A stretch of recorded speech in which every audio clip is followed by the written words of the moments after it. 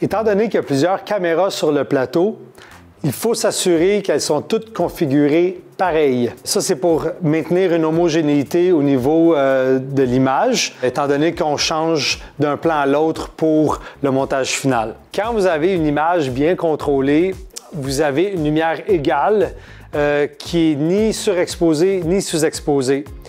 Nous, on a une caméra qui nous permet de voir un histogramme. Vous voyez qu'on n'est ni dans la surexposition, ni dans la sous-exposition. Si c'était surexposé, vous voyez que tout ou presque se ramasse beaucoup plus dans la surexposition.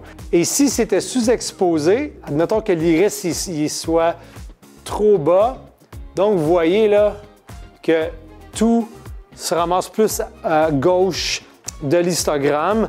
Vous êtes capable aussi de le voir avec votre œil, mais ça peut être quand même difficile si vous êtes à l'extérieur ou dépendamment de d'autres sources d'éclairage. Ce qui est important, c'est que ton image ne soit pas sous-exposée ni surexposée. Nous, on a ajusté notre éclairage dans le studio pour être ouvert à f4 et on voulait garder le réglage de notre ISO à l'ISO natif de la caméra pour maintenir une qualité supérieure. La vitesse d'obturation, le shutter speed, on s'en tient à que ça soit le double de l'image par seconde.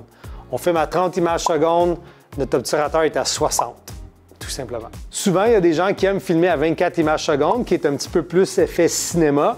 Donc, dans ce cas-là, la vitesse d'obturation serait à 48, donc 24 x 2, 48. Des fois, il y a des caméras qui ne l'ont pas, le 48, donc il faut vous rapprocher le plus possible à ce nombre-là. Alors, à ce moment-là, ça serait 1/50e de seconde. Il faut que la température couleur de la caméra soit bien ajustée pour que les blancs restent blancs. Dans le cas du studio ici, nos degrés Kelvin sont réglés à 5000. Alors, il faut toujours l'ajuster en fonction d'où vous filmez, que ce soit à l'intérieur, extérieur, dépendamment aussi des sources de lumière.